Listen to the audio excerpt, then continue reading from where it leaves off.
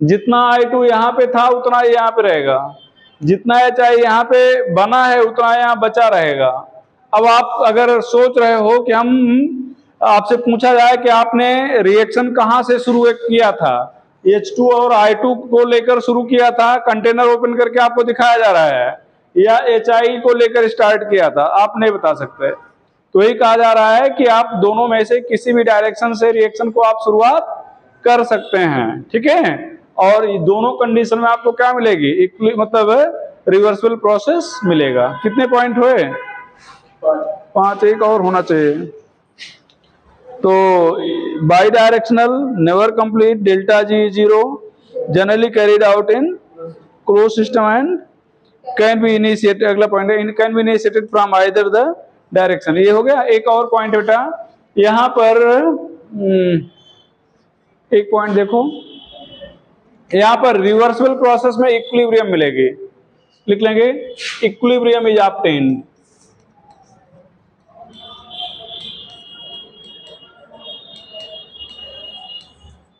Equilibrium is obtained,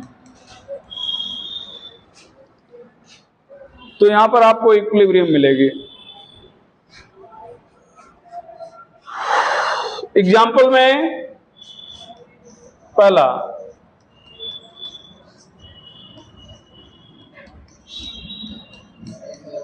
हाँ, neutralization of acid and base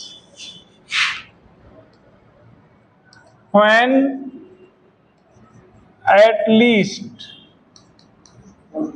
one of them is weak।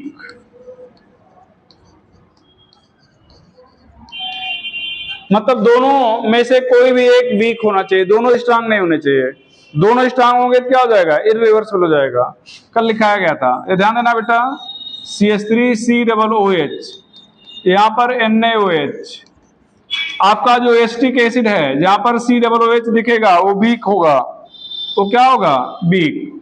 तो यहां पर क्या हो जाएगा बेटा, CH3COONA प्लस H2O। दूसरा,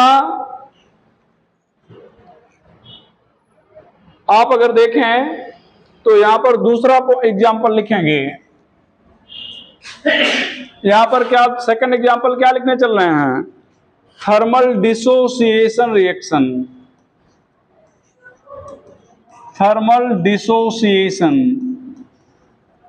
रिएक्शन, थर्मल डिसोसिएशन रिएक्शन। अब यहां पर ध्यान दिया जाए बेटा, HI H2 I2 PCl5 किसमें टूट रहा है, PCl3 और Cl2। यहां पर NH3 किसमें बेटा, N2 plus 3H2, 2SO3, 2SO2 plus O2। यहां पर डेल्टा H तोड़ने के लिए एनर्जी देना पड़ता है, और जहां पर एनर्जी देंगे वहां पर क्या होगा, पॉजिटिव होगा। तो मतलब ये एंडोथर्मिक होता है। एक एक्सेप्शन है NO, एक एक्सेप्शन है NO, इसको तोड़ेंगे तो एनर्जी यहां निकलेगी delta H minus X kilo calorie. तो अगर आपसे कहा जाए dissociation is reaction, dissociation reaction is mostly endothermic और एक्सोथर्मिक, तो आप क्या बताना चाहेंगे, एंडोथर्मिक। क्या बताना चाहेंगे, एंडोथर्मिक। ये एक्सेप्शन है, यहाँ इसको तोड़ेंगे तो एनर्जी निकलेगी। आप कह सकते हो तोड़ने के लिए तो हमें एनर्जी देना पड़ता, तो तोड़ने पर एनर्जी कैसे निकलेगी, जैसे कंबसन जलाने पर एनर्जी निकलती है, निकलती है नहीं निकलती है। लेकिन जैसे अब इसको अगर जलाओगे तो यहाँ पर पहले एनर्जी आपको क्या करना पड़ेगा, देना पड़ेगा, ठीक है। तो वैसे यहां पर भी आप इसको तोड़ोगे तो एनर्जी देना पड़ेगा, लेकिन तोड़े मान लो 10 किलो दिए, टूटने पर 20 निकलेगा, समझ रहे ना। तो नेट आपका ये सिस्टम नुकसान में है, आप फायदे में हो।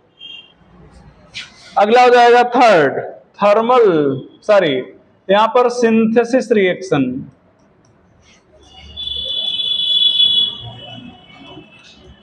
सिंथेसिस रिएक्शन या फॉर्मेशन रिएक्शन, यहां पर भैया इन्हीं को आप रिवर्स करके लिख सकते हो। जो आप रिएक्शन लिखे हो उन्हीं को उलट दो, वहां तोड़े हो ना, यहां पर जोड़ दो तो सिंथेसिस हो जाएगा। H2 + I2 इक्वल टू क्या लिखेंगे, 2HI। क्या लिखेंगे भैया, 2HI, ठीक है। और यहां पर N2 + 3H2, 2NH3, PCl3 + Cl2, PCl5, 2SO2 + O2, 2SO3, 4NO2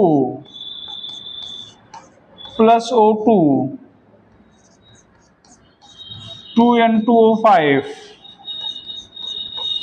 N2 + O2, 2NO। यहां पर डेल्टा H क्या होगा, निगेटिव होगा। जो फॉर्मेशन है मोस्टली क्या होती है, लेकिन अगर आपसे कहा जाए क्या ऑलवेज निगेटिव है, तो आप कहेंगे ऑलवेज निगेटिव नहीं होता, इन जनरल। ये आपका क्या होगा भैया, डेल्टा H पॉजिटिव होगा। तो फॉर्मेशन रिएक्शन मोस्टली नेगेटिव होते हैं, लेकिन ये एक रिएक्शन है जो क्या है, पॉजिटिव है। ये क्या है बेटा, पॉजिटिव है। तो कल आपको रिवर्सिबल रिएक्शन पढ़ाया, इरिवर्सिबल पढ़ाए थे, आज रिवर्सिबल रिएक्शन को भी पढ़ा दिया गया। आज रिवर्सिबल रिएक्शन को भी पढ़ा दिया गया। रिमूव करें इसको।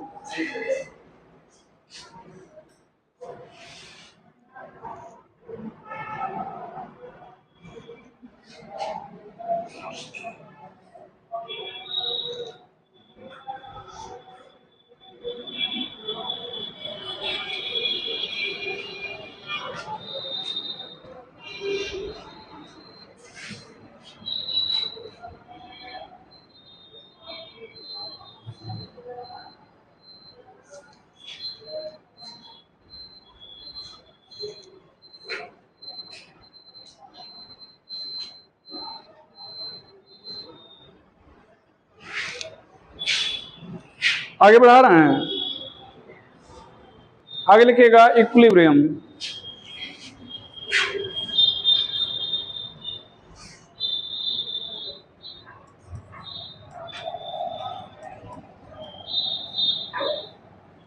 ध्यान दो बेटा, पहले सुन लो इक्विलिब्रियम के बारे में।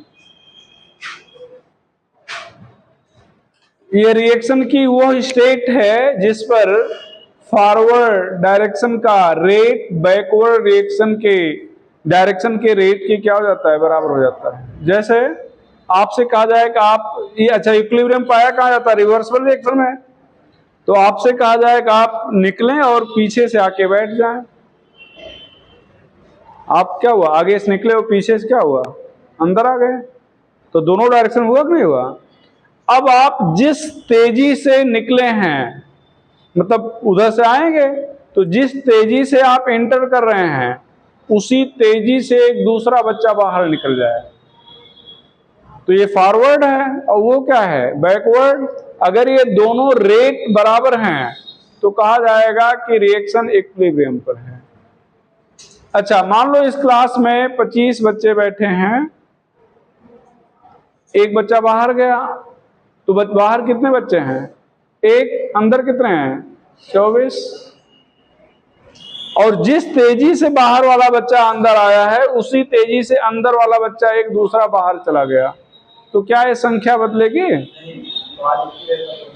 संख्या क्या रहेगी, बराबर अंदर बाहर की, या कांस्टेंट, क्या कहोगे, कांस्टेंट। मतलब इक्विलिब्रियम पर जो कंसंट्रेशन है, संख्या है, कांस्टेंट हो जाएगी, बराबर नहीं।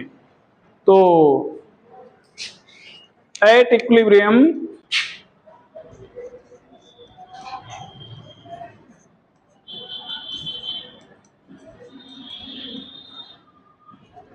rate of forward reaction,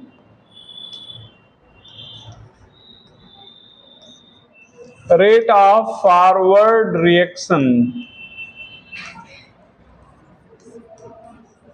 short में RAF लिखते हैं, equal to rate of backward reaction.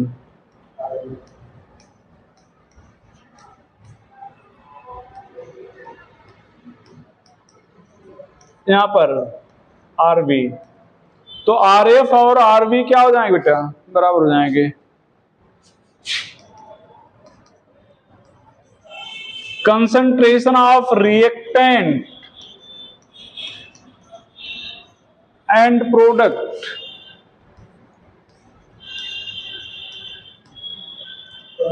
Is constant, concentration of reactant and product is constant. तो रिएक्टेंट और प्रोडक्ट का जो कंसंट्रेशन होगा वो क्या हो जाएगा, कांस्टेंट हो जाएगा, बराबर नहीं, कांस्टेंट। तो इस कांस्टेंट को आप अंडरलाइन कर लेना, कांस्टेंट को क्या कर लेंगे, अंडरलाइन। यहां पर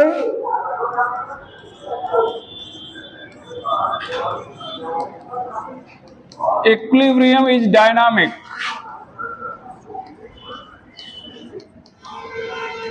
डायनामिक को अंडरलाइन कर लेना, इक्विलिब्रियम इज डायनामिक। डायनामिक का क्या होता है बेटा, अरे हिंदी में गतिशील हम भी जानते हैं, गतिशील से क्या आशय है, इक्विलिब्रियम पर ऐसा लगता है कि रिएक्शन रुक गई है, लगता है कि रिएक्शन क्या होगा, रुक गई है, लेकिन रुकती नहीं है, बल्कि दोनों डायरेक्शन में सेम रेट से प्रोसीड करती रहती है। जैसे आपसे कहा गया कि एक बाहर निकले फिर आके पीछे बैठ जाए आके, पता ना, तो फिर बाहर हमेशा संख्या 1 है, अंदर 24, ऐसा बोले थे आप, तो संख्या यही रहेगी, तो लगेगा कि प्रोसेस रुका हुआ है, संख्या चूंकि बदल नहीं रही है, लेकिन वास्तव में रुका नहीं है, दोनों साइड में क्या है, सेम रेट से प्रोसीड कर रहा है। तो इक्विलिब्रियम पर ऐसा आभास होता है, ऐसा लगता है कि रिएक्शन रुक गई है, लेकिन वास्तव में रिएक्शन रुकता नहीं है, बल्कि दोनों डायरेक्शन में सेम रेट से क्या करता है, प्रोसीड करता रहता है। सेम रेट से क्या करता रहता है बेटा, प्रोसीड करता रहता है। इक्विलिब्रियम एट इक्विलिब्रियम कर लीजिएगा, at equilibrium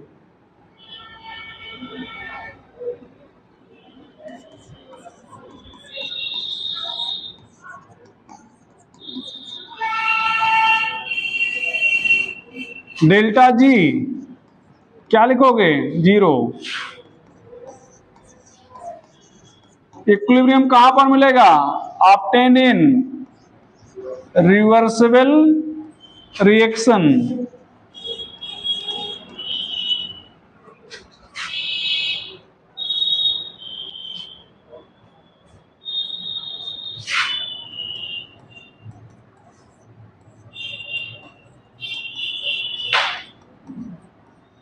equilibrium can be attained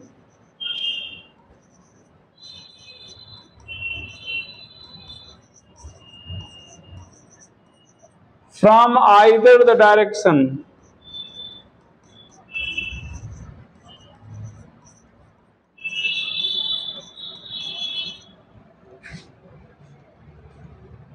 it is affected by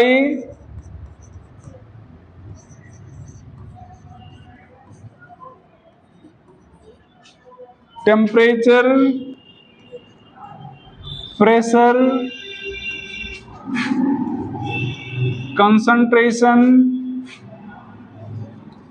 and presence of inert gas.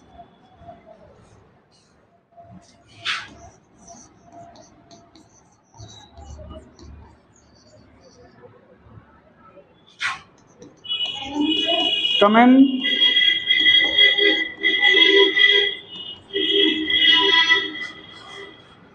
Presence of inert gas. Equilibrium is not affected by catalyst. Equilibrium is not affected by catalyst. Equilibrium catalyst को प्रभावित नहीं करता। पूछा जाए क्यों, क्यों प्रभावित नहीं करता?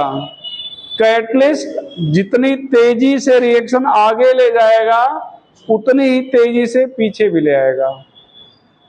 ठीक है, एज इट इन्हांस का मतलब होता है बढ़ा देना। इन्हांस का मतलब क्या होता है? बढ़ा देना। Enhance the rate of forward and backward reaction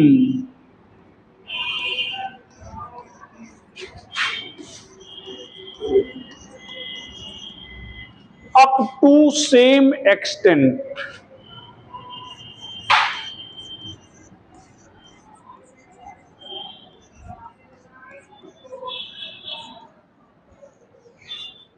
rate of forward and backward reaction up to same extent. तो फॉरवर्ड और बैकवर्ड रिएक्शन के रेट को ये सेम एक्सटेंट तक, समान मात्रा तक क्या करता है? प्रभावित करता है। But catalyst fasten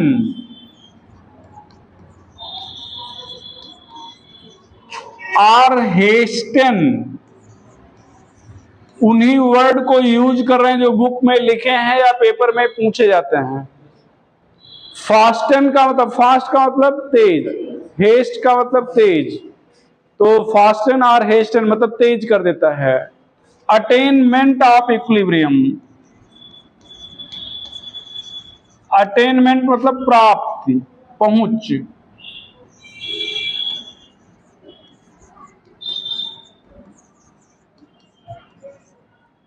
equilibrium is not, यहां पर थोड़ा सा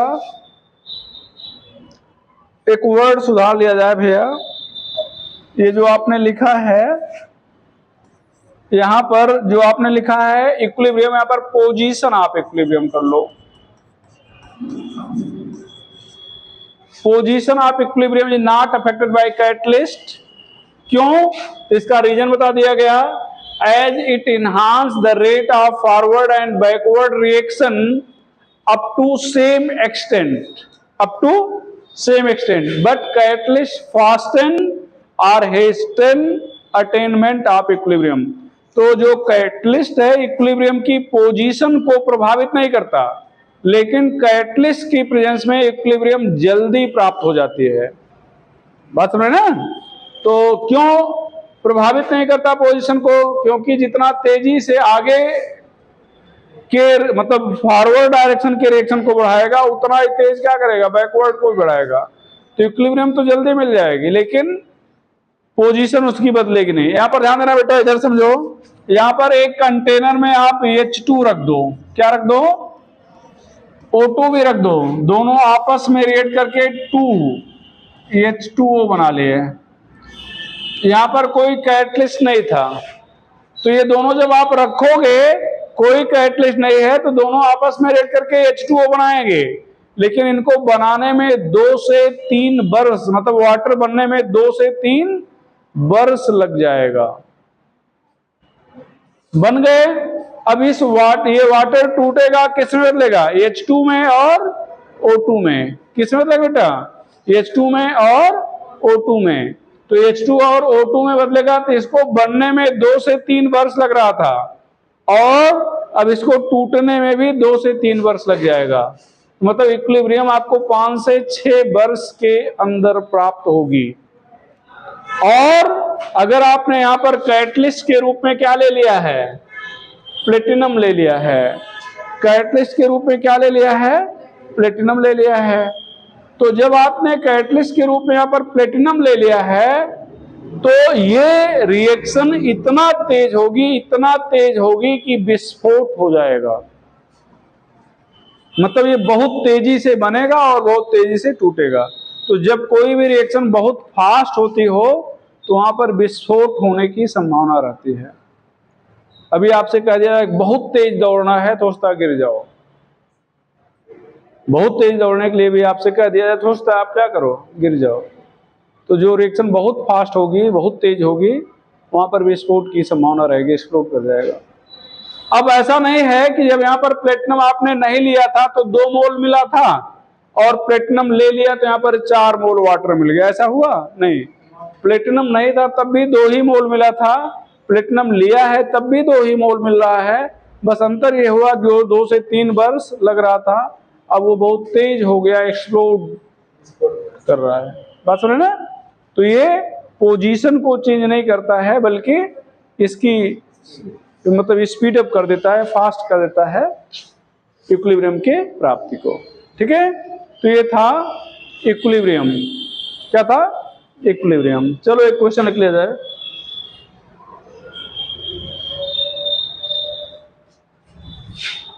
एक क्वेश्चन लिखते हैं।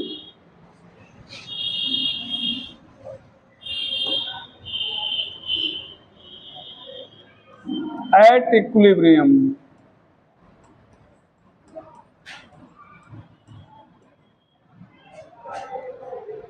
the correct statement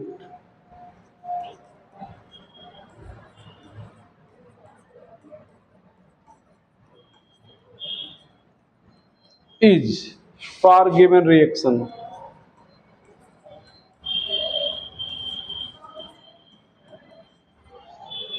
Correct statement is for given reaction.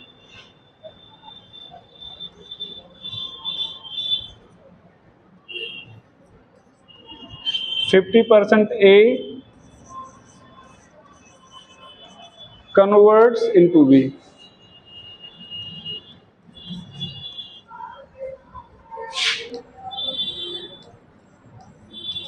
%20 A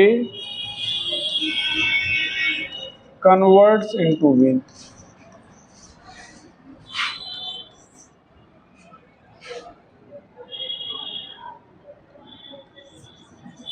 Concentration of A and V is equal.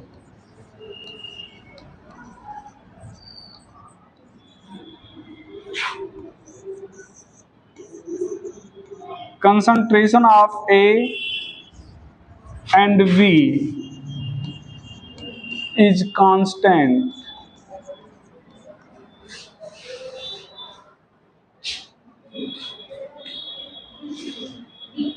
क्या हो जाएगा? डी।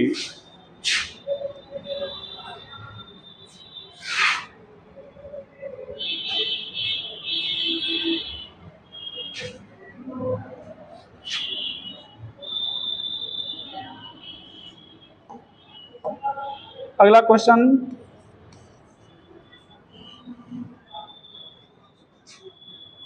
फॉर इक्विलिब्रियम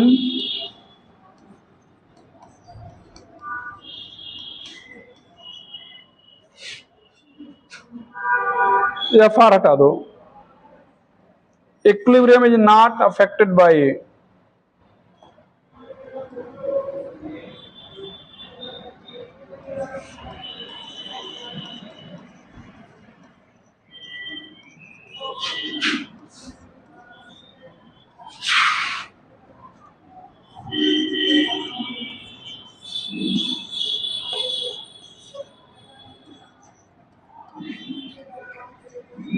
catalyst,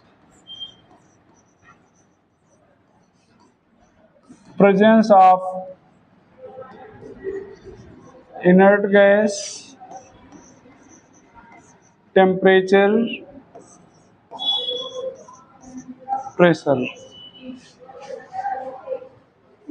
क्या हो जाएगा? ई। क्या हो जाएगा? ई।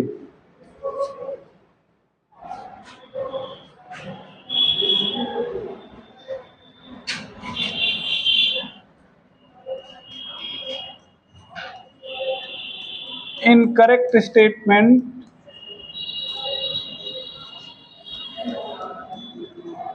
for equilibrium.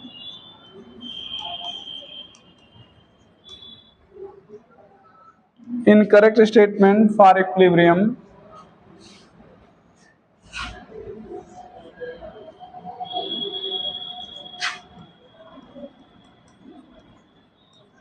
is, it is dynamic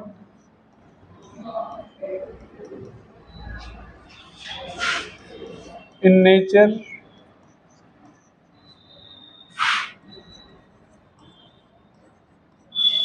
delta G is 0, it is static,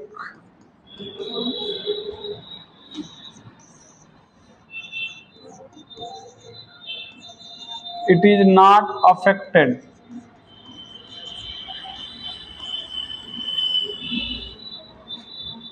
by catalyst, it is not affected by catalyst. तो क्या हो जाएगा? सी, इट इज स्टैटिक। ठीक है, तो ध्यान रखिएगा ऐसे क्वेश्चन पूछेंगे, ठीक है। तो आप तैयारी करिए इस तरह से। मिटाएं इसको, रिमूव करें।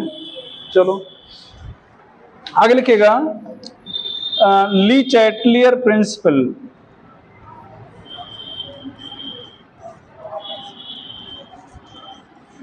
ली चैटलियर प्रिंसिपल,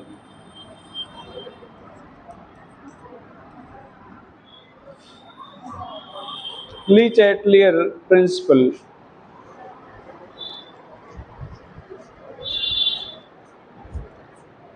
ठीक है, बहुत आसान सा है। जैसे आप लोग नीट की तैयारी कर रहे हैं, नीट में आपका सिलेक्शन हो गया और जिस व्हीकल से आप एडमिशन लेने जा रहे थे वो व्हीकल खराब हो गई, तो आप क्या करेंगे? जाएंगे या लौट आएंगे? जाएंगे। कैसे? हाँ, दूसरे से, दूसरा भी खराब हो गया तो हाँ जाएंगे ना, लौटेंगे? दो खराब हो गया, आप पहुंच जाए। ये ली चैटलियर प्रिंसिपल है। ये क्या है? ली चैटलियर प्रिंसिपल है। मतलब अगर कोई रिएक्शन हो रही है और इक्विलिब्रियम पर है तो उसके टेम्परेचर, प्रेशर या कंसंट्रेशन में चेंज करने पर रिएक्शन रुकती नहीं है, बल्कि अपने को इस तरह से एडजस्ट करती है कि जो चेंज कंडीशन है वो नलीफाइड हो जाए, मतलब उसका उसके ऊपर कोई फर्क ना पड़े। तो लिखेंगे, if A reaction is at equilibrium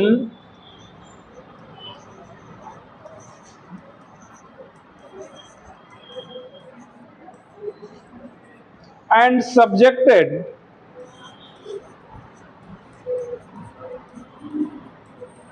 to change of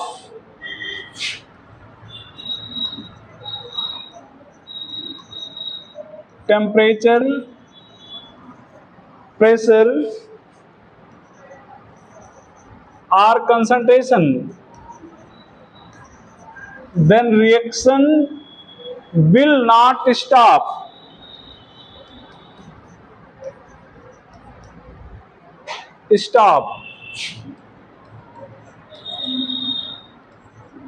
But adjust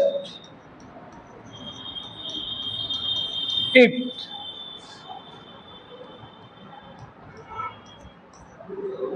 in such a way so that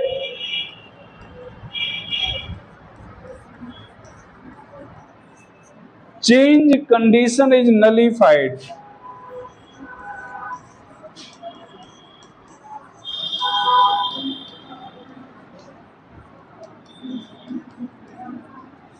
So that change condition is nullified.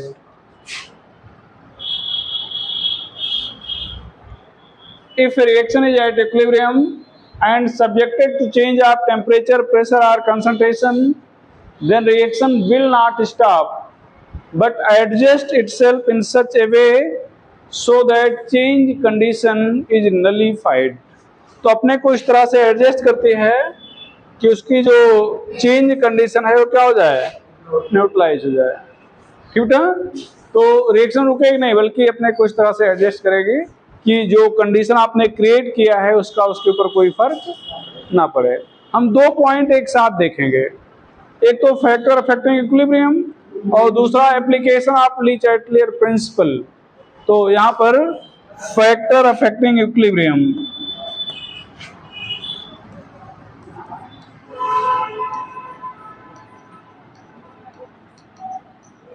Equilibrium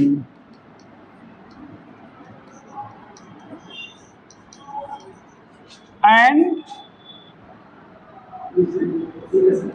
application of Le Chatelier principle।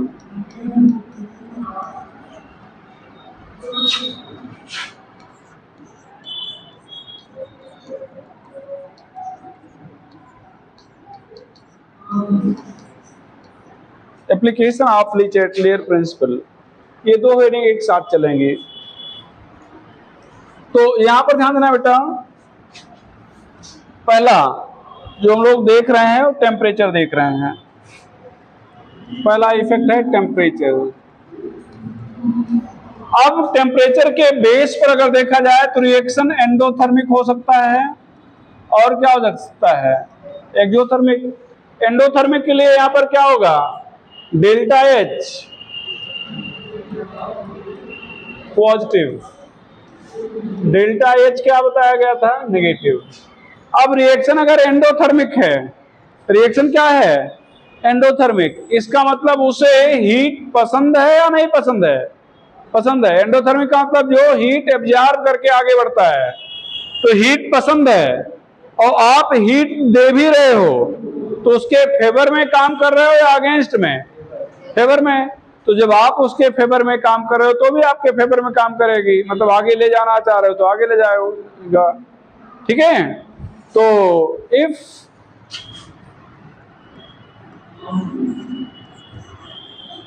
Temperature of endothermic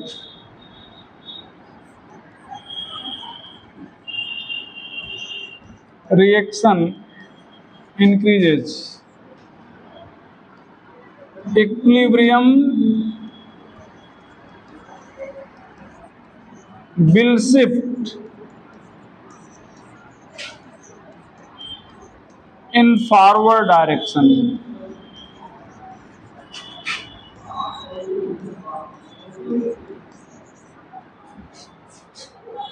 यहां पर on increasing temperature of exothermic reaction,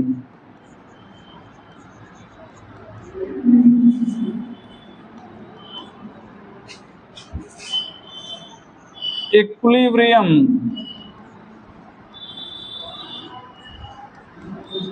will shift in backward direction।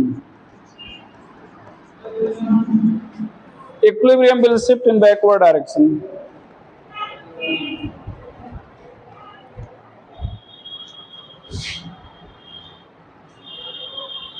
यहां पर ये ध्यान दो, इधर ध्यान दो, N2 + 3H2, ये 2NH3, delta H -X kilo calorie. अच्छा, अगर ये डेल्टा H नहीं दिया, सीधे दिया गया है R N2 + 3H2, ये 2NH3, यहां पर सीधे अगर लिखा गया है तो ये +X किलो कैलोरी लिखा जाएगा, ये एक्सोथर्मिक है। और इक्विलिब्रियम किधर जाएगा, इक्विलिब्रियम बैकवर्ड, किधर जाएगा बेटा, बैकवर्ड जाएगा। कब, टेम्परेचर बढ़ाने पर। कब, टेम्परेचर बढ़ाने पर। आप मान के चलो टेम्परेचर बढ़ाने की बात हो रही है, ठीक है। अच्छा, एक और चीज ध्यान से सुन, देख लो, यहां पर थर्मोडायनामिक्स पढ़ाए थे, शायद ये पॉइंट नहीं बताए थे, बताए थे, delta H = -X kilo calorie, लेकिन डेल्टा H नहीं है तो +X है, तो प्लस एक्स, इसका मतलब ये है कि इंथैल्पी में चेंज इतना हुआ है, इंथैल्पी में चेंज नेगेटिव है, और इसका मतलब ये है कि इसकी एनर्जी में अगर इतना जोड़ा जाए तब इसकी एनर्जी बराबर होगी, या इसको आप इधर कर लो तो क्या हो जाएगा माइनस, इसका मतलब ये दोनों मिलके इतनी एनर्जी निकालें तब इसके बराबर होगा, निकालें तब बराबर होगा ना। तो इसका मतलब क्या है, एक्सोथर्मिक है। तो हम लोग डेल्टा एच नेगेटिव को एक्सो जानते हैं, डेल्टा एच पॉजिटिव को एंडो जानते हैं। अगर डेल्टा एच के साथ नहीं दिया गया तो साइन बदल देगा तब, ठीक है।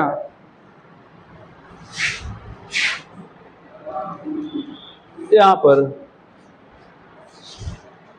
PCl5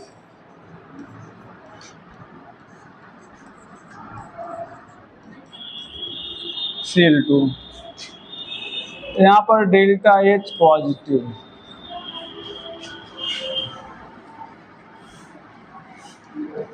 इक्विलिब्रियम फॉरवर्ड डायरेक्शन,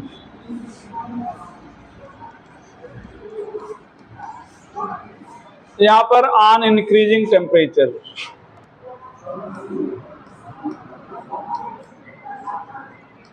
ये टेम्परेचर बढ़ाया जा रहा है तो इक्विलिब्रियम इसका किधर जाएगा, बैकवर्ड, और इसका किधर जाएगा, फॉरवर्ड। अच्छा अब ध्यान देना बेटा, ध्यान दो, आप चाह रहे हो अमोनिया आपको ज्यादा मिले, इसी रिएक्शन में आप अमोनिया ज्यादा प्राप्त करना चाह रहे हो, तो क्या करना चाहोगे, टेम्परेचर हाई लेके काम करना चाहोगे या लो लेकर। तुम्हें बहुत बार बताया कि सोच के बोला करो, समझ रहे हो ना, और इसी रिफ्लेक्शन में तुम्हारे गलत होते हैं। क्या लेके बात करोगे, एक जो है तो टेम्परेचर क्या करना है, कम, तो टेम्परेचर जब कम करोगे तब ये फॉरवर्ड जाएगा और अमोनिया क्या होगा, ज्यादा बनेगा।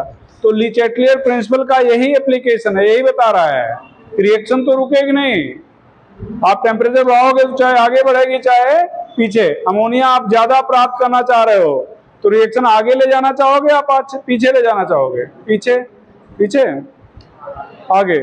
तो आगे ले जाने के लिए टेम्परेचर क्या करना पड़ेगा, कम करना पड़ेगा, टेम्परेचर क्या करना पड़ेगा, कम करना पड़ेगा, ठीक बेटा। दूसरा इसको मिटा रहे हैं, प्रेशर, दूसरा इफेक्ट है प्रेशर का,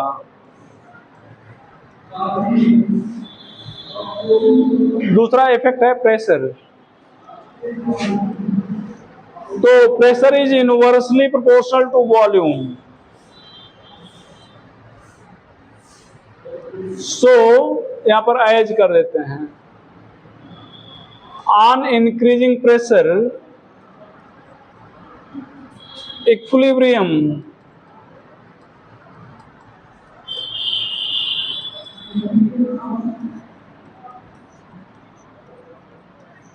will shift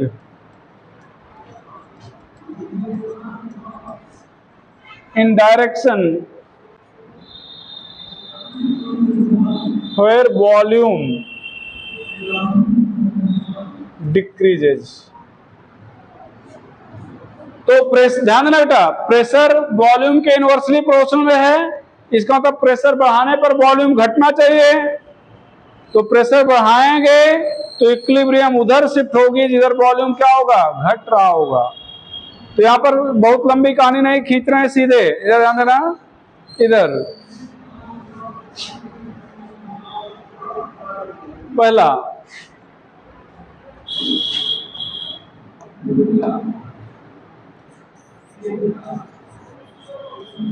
if delta n is 0 then pressure has no effect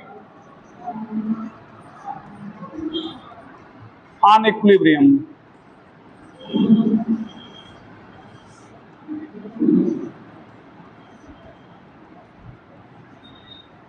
यहां पर ध्यान देना, N2 गैस, O2 गैस, यहां पर 2NO गैस, और डेल्टा एन का मतलब क्या, प्रोडक्ट माइनस रिएक्टेंट, पढ़ाएगा था आपको थर्मोडायनेमिक्स में।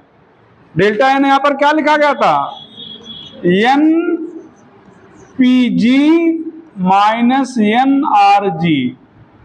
क्या है NPG, number of gaseous moles of product, number of gaseous moles of reactant.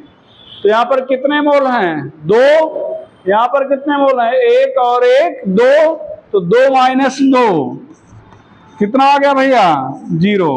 तो यहां पर अगर आप चाह रहे हो कि प्रेशर बढ़ाएं या प्रेशर का इसके फॉर्मेशन पर क्या रोल होगा, कोई रोल नहीं होगा, मतलब इक्विलिब्रियम यहां पर अफेक्टेड नहीं होगी, इक्विलिब्रियम यहां पर अफेक्टेड नहीं होगी। यहां पर दूसरा पॉइंट बेटा, if delta N greater than 0 on increasing pressure,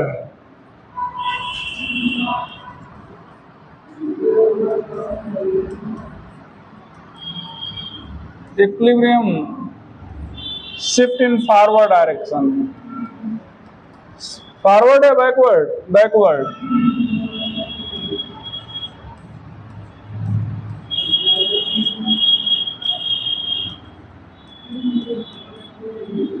यहां पर भैया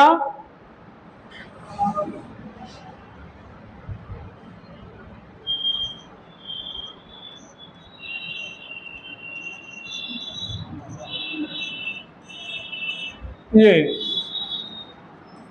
गैस, गैस और ये क्या है, गैस, डेल्टा एन कितना है, 3 माइनस 2 बराबर 1, 0 से ज्यादा है। अब आप प्रेशर बढ़ाओगे तो इक्विलिब्रियम फॉरवर्ड जाएगा या बैकवर्ड, बैकवर्ड, ठीक है, क्यों, क्योंकि इधर 2 और 1 3 मोल हैं, जिधर मोल घटेगा उधर वॉल्यूम घटेगा, तो इधर 3 मोल हैं और इधर क्या है, 2 मोल, बैकवर्ड आएगा। अगला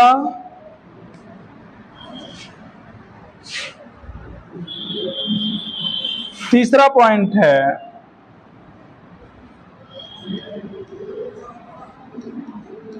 if delta N less than 0 on increasing pressure, equilibrium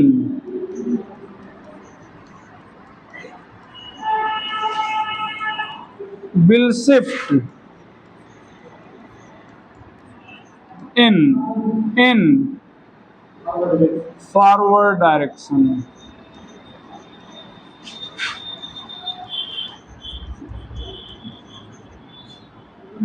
यहां पर N2 गैस ले रहे हैं, 3H2 गैस ले रहे हैं, 2NH3 गैस ले रहे हैं। अब यहां पर डेल्टा एन कितना बेटा, 2 माइनस 4 माइनस 2, यहां पर बैकवर्ड डायरेक्शन में मतलब फॉरवर्ड डायरेक्शन जाएगा, तो फॉरवर्ड डायरेक्शन जाएगा। आप सोच लो, इधर देखो, अमोनिया आप चाह रहे हो ज्यादा बने, तो प्रेशर ज्यादा रखना चाहोगे या कम रखना चाहोगे, प्रेशर क्या करेंगे, ज्यादा रखना चाहेंगे, ठीक है। चलो भी क्वेश्चन कराएंगे बहुत सारे, ठीक है बेटा, रिमूव कर रहे हैं इसको भैया, रिमूव कर रहे हैं। आगे, presence of inert gas, presence of inert gas,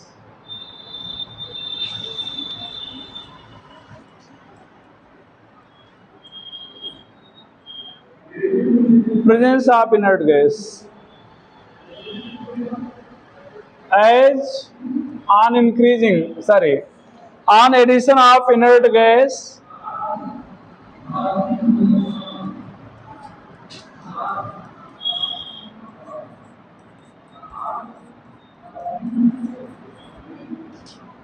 volume increase. भाई कोई चीज कहीं पर मिलाओगे तो वॉल्यूम क्या होगा, बढ़ जाएगा।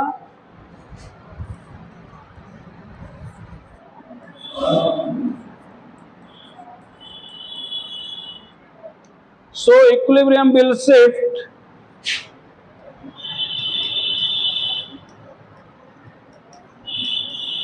in direction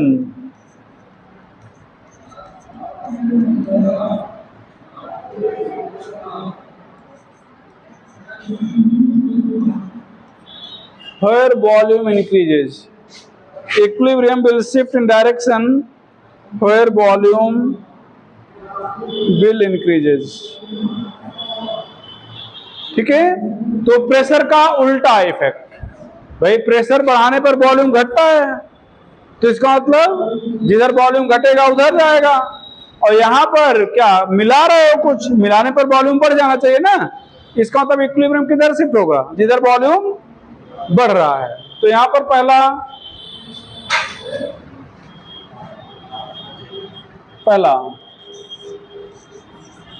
if delta n 0,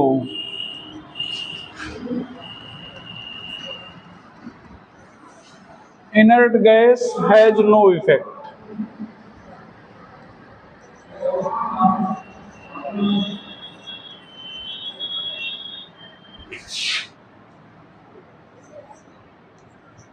If delta n less than 0, inert gas, यहां पर क्या होगा, लेस देन 0 है मतलब 0 से कम है, तो क्या हो जाएगा, backward direction.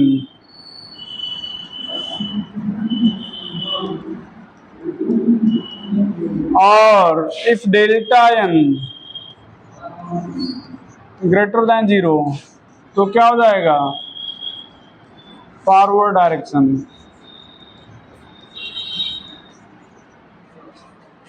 For example,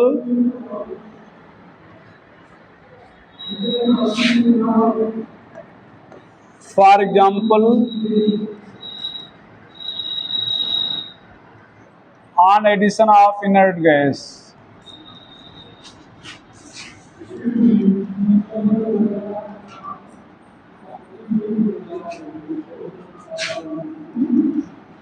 direction of equilibrium,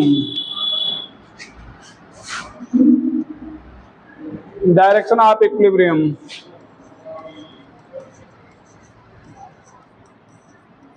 will be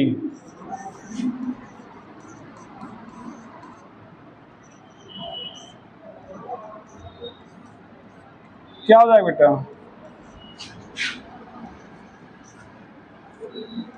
no change. यहां पर क्या,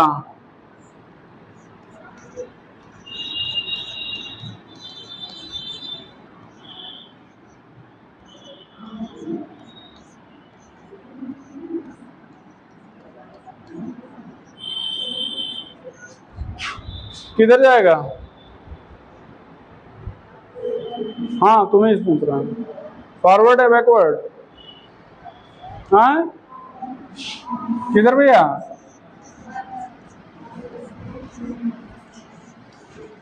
बैकवर्ड। इधर देखो कितने मोल है, 3 और 1 4, तो 4 मोल, इधर कितने हैं 2, तो मोल बढ़ेंगे वॉल्यूम बढ़ेगा, मोल घटेंगे वॉल्यूम घटेगा, तो जिधर वॉल्यूम बढ़ेगा उधर जाएगा ना, तो वॉल्यूम किधर बढ़ रहा है, पीछे। यहां पर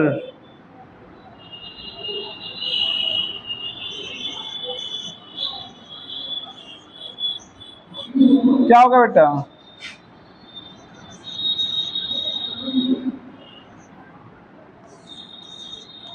किधर, फॉरवर्ड।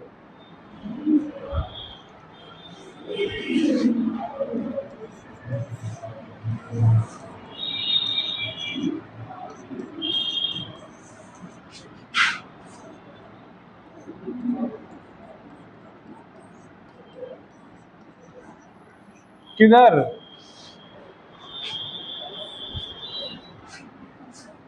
फॉरवर्ड है backward, gas gas gas liquid, किधर जाएगा, 5 और 4 9 गैस है, यहाँ पर 4 गैस है, लिक्विड से मतलब नहीं है, तो गैस इधर ज्यादा मतलब वॉल्यूम पीछे ज्यादा होंगे, वॉल्यूम पीछे ज्यादा होगा तो बैकवर्ड। बता लेंगे ना भैया, बता लेंगे ना,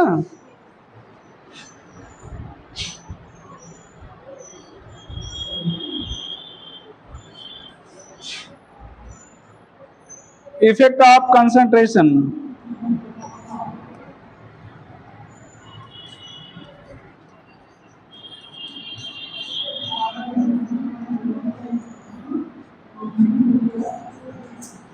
Concentration directly proportional to rate of reaction.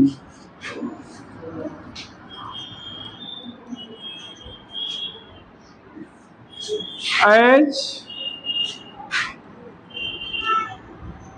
on increasing concentration, number of effective collision increases.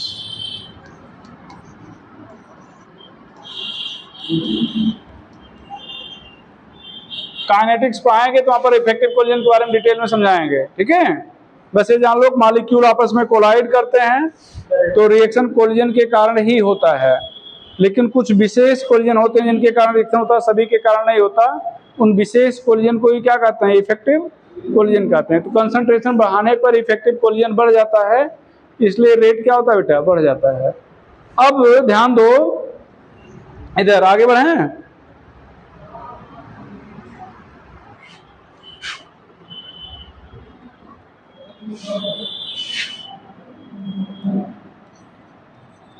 On increasing concentration of reactant, reactant का कंसंट्रेशन बढ़ाना है। आपके पास क्या तरीका होगा? मान लो ऐसे समझ लो, जैसे 10 लड़कियां और मान लो 10 लड़कियां इस क्लास में, ठीक है। अब चाहे लड़कियों की संख्या बढ़ाना हो या लड़कियों की, 10-10 बराबर हैं। मान लो लड़कों की संख्या बढ़ाना है तो क्या है, कैसे बढ़ाया जा सकता है? लड़कों को बाहर से और बुला लिया जाए, बढ़ गया। या कुछ लड़कियों को बाहर कर दिया जाए।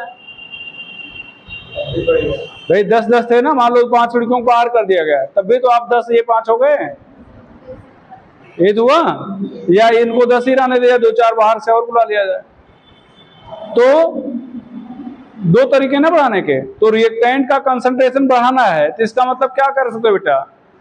क्या कर सकते हो आप? रिएक्टेंट को मिला दो या प्रोडक्ट को क्या कर दो? हटा दो, ठीक है। तो on increasing concentration of reactant कैसे? By addition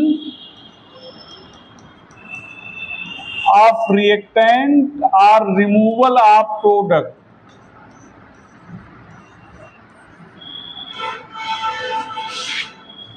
equilibrium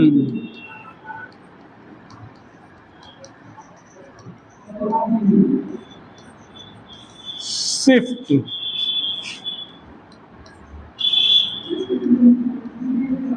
in forward direction.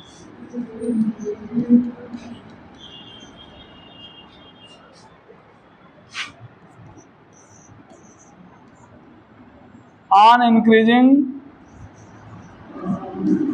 concentration of product, product का मतलब P, रिएक्टेंट का मतलब R। कैसे बढ़ाओगे product? By removal of reactant और addition of product.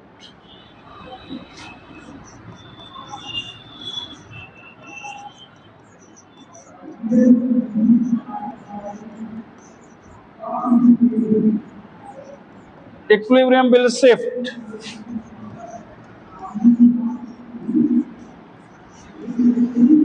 in backward direction.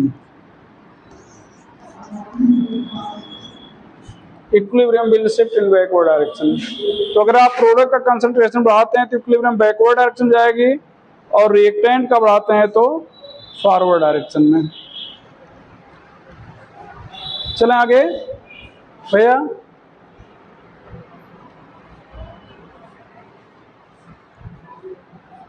चलो क्वेश्चन लिखते हैं, लिख लियो ना इसको। क्वेश्चन रिमूव कर दें इसको। क्वेश्चन लिखते हैं पहला। अब 3-4-5 क्वेश्चन करते हैं, ठीक है।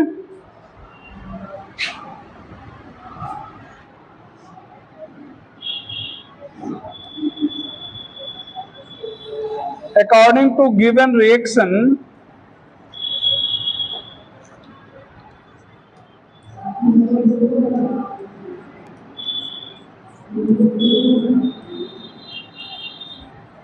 according to given reaction,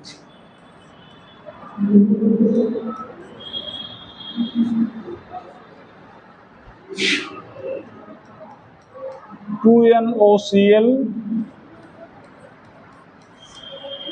2NOCl2.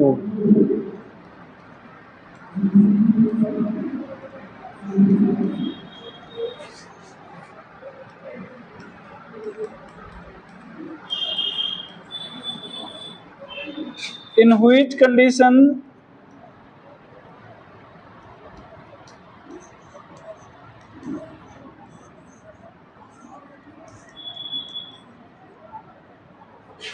more Cl2 is obtained?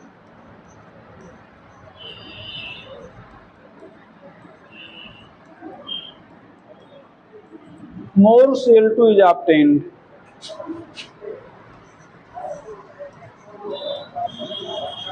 High temperature,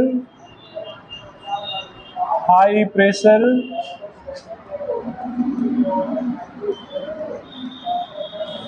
removal of NO.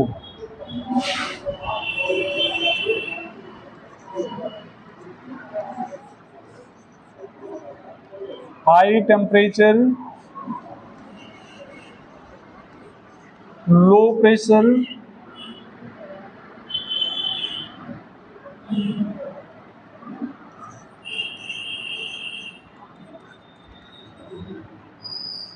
addition of NOCl.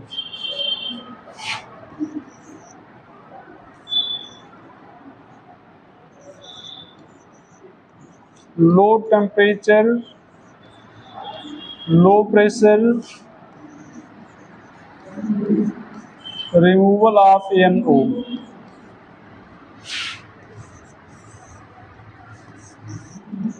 Low temperature, high pressure,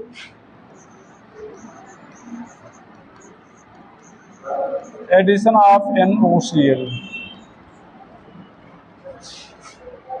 पहले आपको Cl2 ज्यादा प्राप्त करना, ये चाह रहे हो, ये चाह रहे हो Cl2 ज्यादा मिले, तो रिएक्शन आगे ले जाओगे तब ज्यादा मिलेगा या पीछे? आगे ले जाएंगे भाई, आगे जाएगा तब ज्यादा Cl2 बनेगा ना, तो आगे ले जाना है। चलो ये तो क्लियर हो गया कि आगे ले जाना है। अब यहां पे बताओ कि जो रिएक्शन है वो एंडो है या एक्सोथर्मिक है? एंडो है, एंडो ना, तो टेम्परेचर हाई होना चाहिए या लो? एंडो है, एंडो में क्या होना चाहिए? हाई। क्या होना चाहिए? अब देखो हाई टेम्परेचर कितनी जगह पे है? दो जगह पे है ना, इसका मतलब यहां ये दोनों ऑप्शन तो गए। अगर आपने एक क्लियर पकड़ लिया, केवल एक, जरूर नहीं 50% सही हो जाए, उसका ऐसा ऑप्शन ना हो, ठीक है, तो आपका कुछ काम आसान हो जाएगा। कुछ काम क्या होगा? अब ये दो, मतलब इस पर हमें विचार नहीं करना, चूंकि हमें मालूम है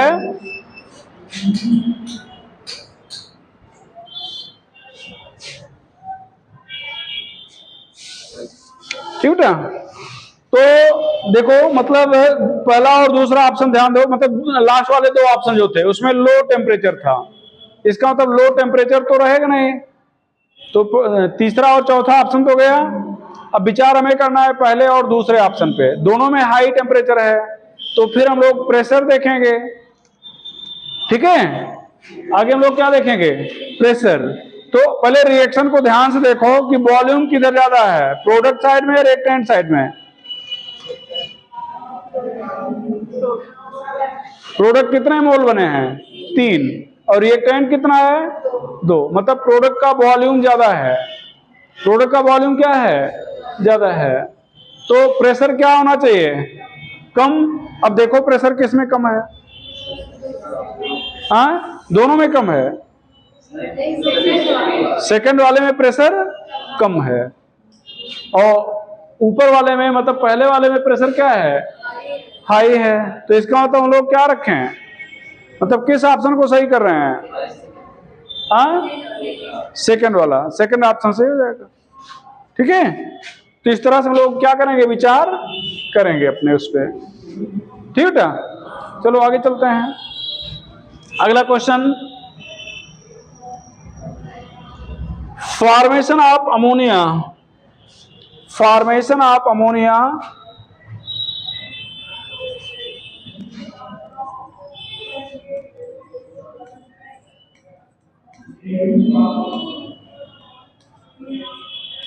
takes place as follow.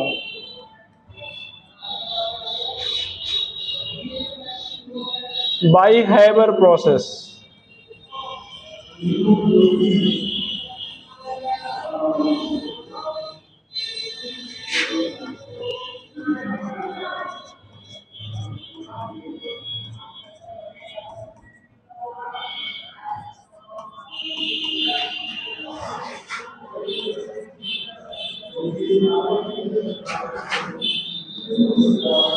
By Haber process, in which condition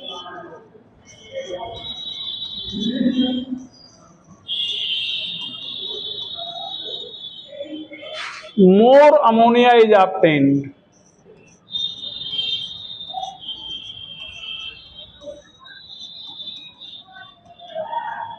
In which condition more ammonia is obtained? High temperature, high pressure,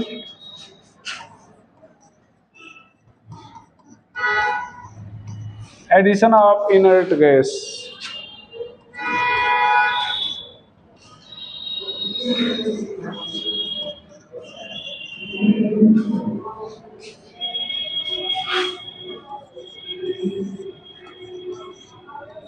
Low temperature,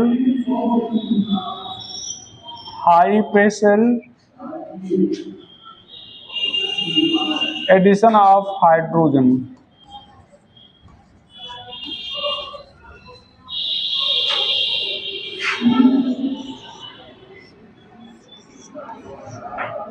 Low temperature, low pressure,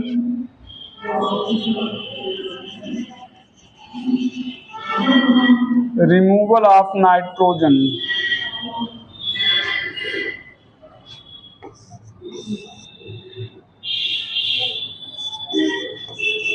Low temperature,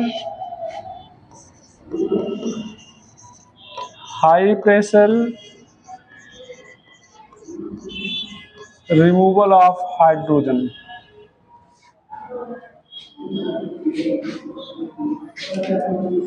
कौन बताएगा?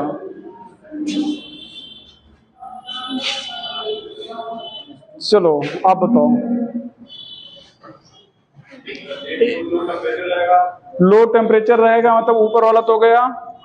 अब 3 पे विचार करना, प्रेशर पे विचार करो। प्रेशर हाई रहेगा, वेरी गुड। यहाँ पर ध्यान दो बेटा, ये कितने टेम्परेचर लो क्यों है? चूंकि ये माइनस में है तो टेम्परेचर क्या होना चाहिए? लो।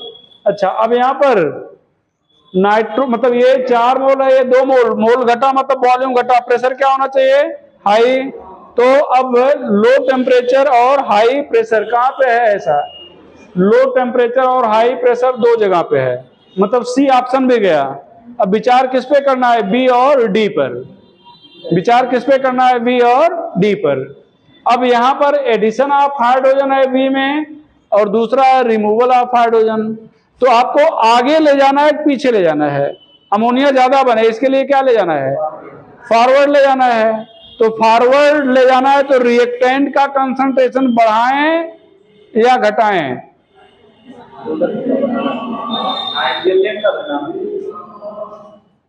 तुम्हें एक थप्पड़ मारूंगा,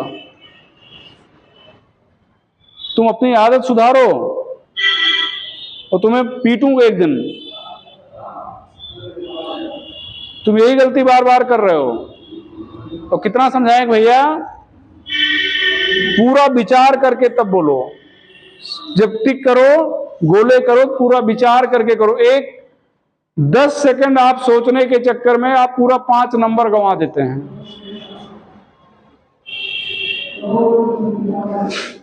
फॉरवर्ड ले जाना है ना, तो कंसंट्रेशन किसका बढ़ाएंगे, रिएक्टेंट का या प्रोडक्ट का? रिएक्टेंट का। तो रिएक्टेंट में हाइड्रोजन है, तो हाइड्रोजन अगर मिला दिया जाए, addition of hydrogen, addition of hydrogen, तो रिएक्टेंट बढ़ जाएगा। तो क्या हो जाएगा? Option B. ऑप्शन क्या हो जाएगा? बी। ठीक है, बढ़िया बताया आपने। ठीक बेटा, बैठ जाओ, आगे चला जाए। देखो, आपको हम फिर से बता रहे हैं सभी बच्चों को, क्वेश्चन जब भी बनाओ हड़बड़ी में एकदम ना बनाओ। 2 क्वेश्चन छूट जाएगा चलेगा, लेकिन 2 क्वेश्चन अगर आप गलत करके आए तो 10 नंबर आपका कटेगा। 4 तो उस पर जो मिलने वाला था वो मिलेगा नहीं, 1 और लेके जाएगा। तो इसलिए आप उसको इत्मीनान से सोच लो, और ये अभी से आप प्रैक्टिस डालो। बात सुन रहे ना? आपके सामने क्वेश्चन हो तो भी इस आदत को सुधारो। जब तक आदत नहीं जाएगी तब तक गड़बड़ करते रहो हमेशा। चलो बेटा आगे चलो, अगला क्वेश्चन। अगला क्या था?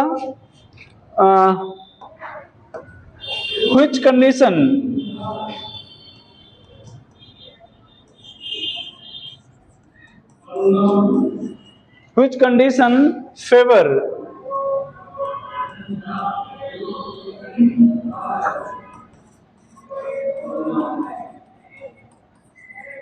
dissociation of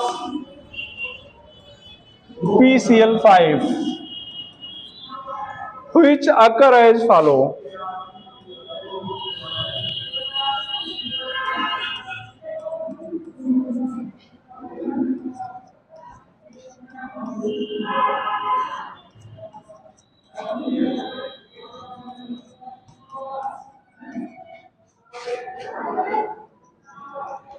आ जाओ बेटा।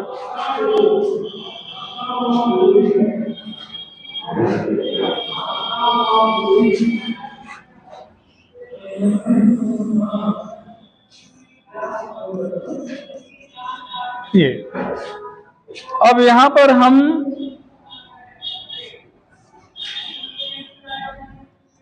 लिख रहे हैं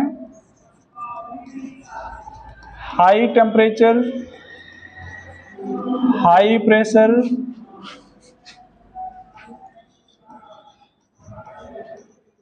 removal of Cl2।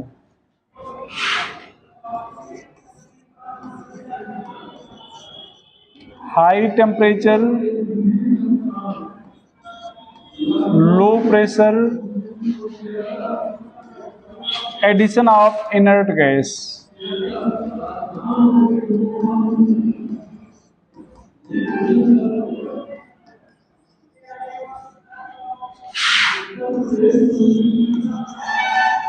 Low temperature, low pressure,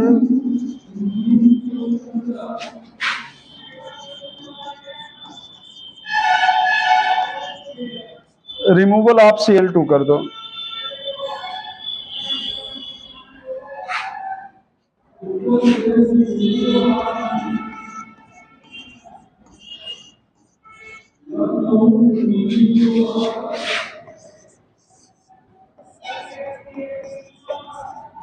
high temperature,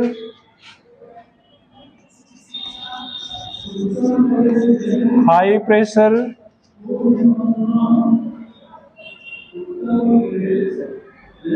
addition of inert gas.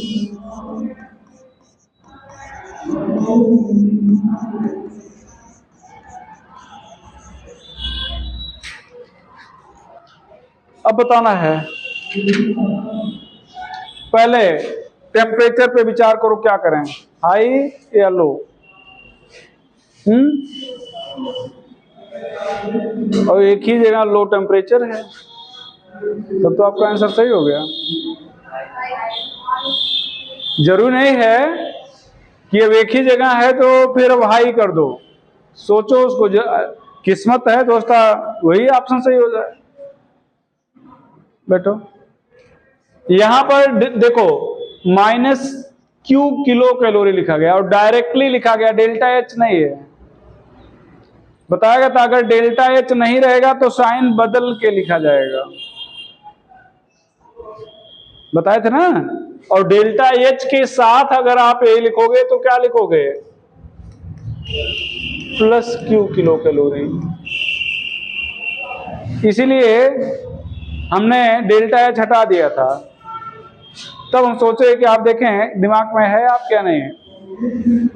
तो अगर डेल्टा एच नहीं रहेगा तो साइन बदल देंगे, जैसे यहां पर डेल्टा एच के साथ +Q होना चाहिए था, अगर डेल्टा एच नहीं है तो फिर क्या लिखा गया है, -Q। क्लियर। तो डेल्टा एच मान लो लिख दिया। अब बताओ तो टेम्परेचर क्या रहेगा, हाई, मतलब ऑप्शन सी पर विचार नहीं किया जा सकता, एक पर विचार नहीं करना है। कितने मोल हैं यहां पर, एक और एक 2। मोल बढ़े, वॉल्यूम बढ़ा, तो प्रेशर बढ़ाना चाहिए घटाना, घटाना चाहिए। तो टेम्परेचर हाई और प्रेशर क्या होना चाहिए, लो। अब देखो हाई टेम्परेचर हाई प्रेशर मतलब ये भी नहीं होगा, हाई टेम्परेचर हाई प्रेशर ये भी नहीं होगा, हाई टेम्परेचर लो प्रेशर, ये है, हो गया। आगे विचार ही नहीं करना है, क्या करना है भाई, हाई टेम्परेचर और लो प्रेशर तो एक ही जगह पे है। इस तरह से अगर एक एक फैक्टर को अगर आप क्लियर करते चलो कि ये तो हम सही सोचे हैं, तो फिर सारे फैक्टर पर विचार करना जरूरी नहीं है। बात सुनो ना।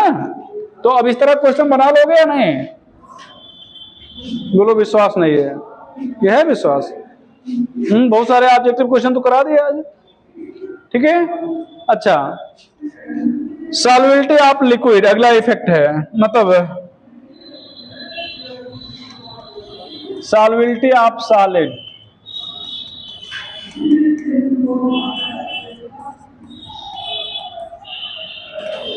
ये सॉलिड है, क्या है सॉलिड, डिजॉल्व करने पर क्या हो जाएगा, सॉल्यूशन में। यहां पर चाहे तो प्लस सॉल्वेंट लिखे दो,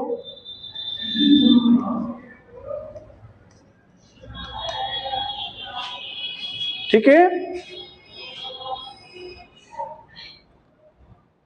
तो यहां पर डेल्टा V में कोई चेंज नहीं आएगा,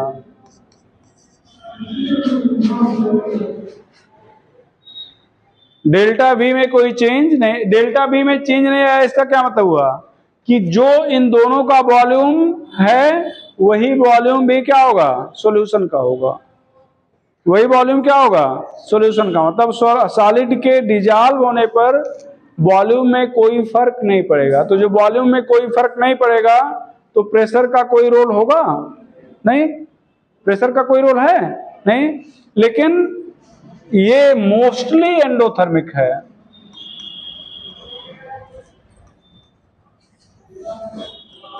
मोस्टली पॉजिटिव है,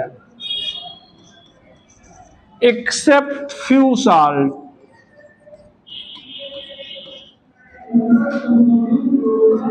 of calcium, like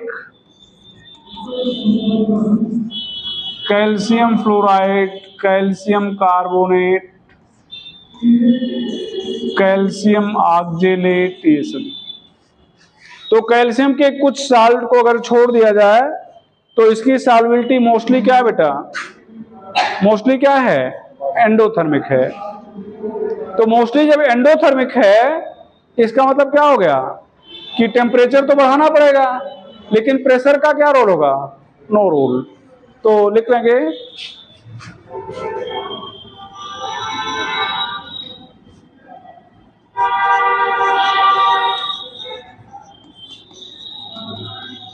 solubility of solid is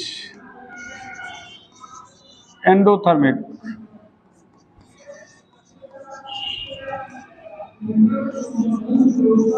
and delta V is 0.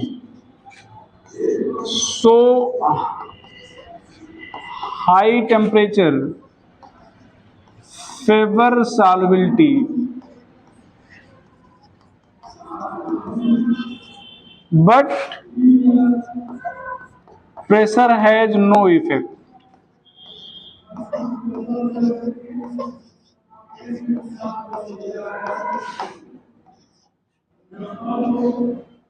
Pressure has no effect.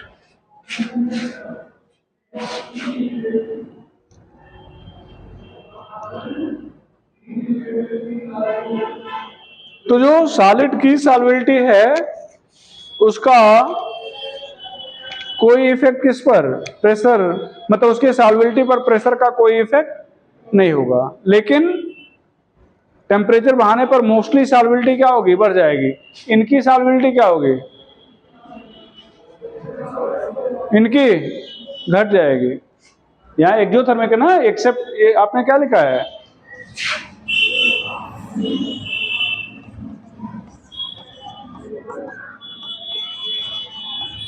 solubility decreases, यहाँ solubility घटेगी।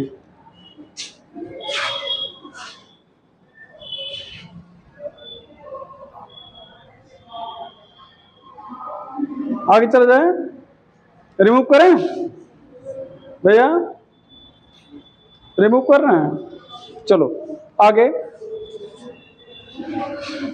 मेल्टिंग ऑफ आइस,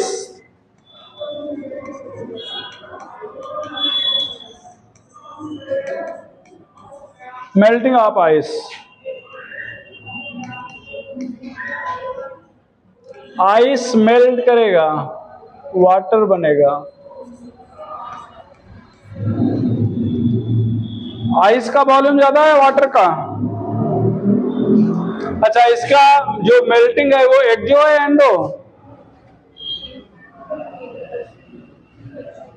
हाँ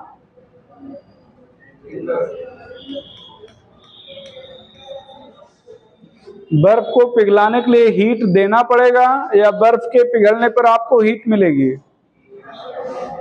ऐसे सोच लिया करो।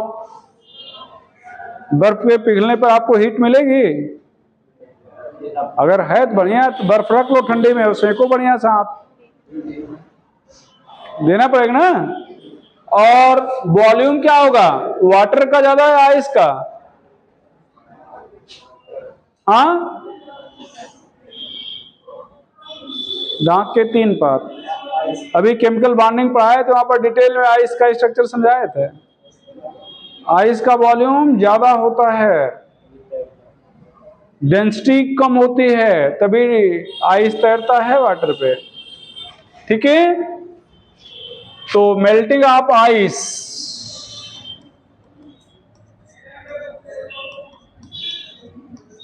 इज एंडोथर्मिक,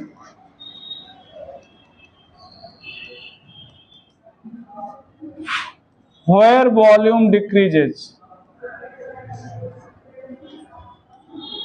मेल्ट करने पर वॉल्यूम क्या करेगा, डिक्रीज करेगा। So high temperature and high pressure, high temperature and high pressure favour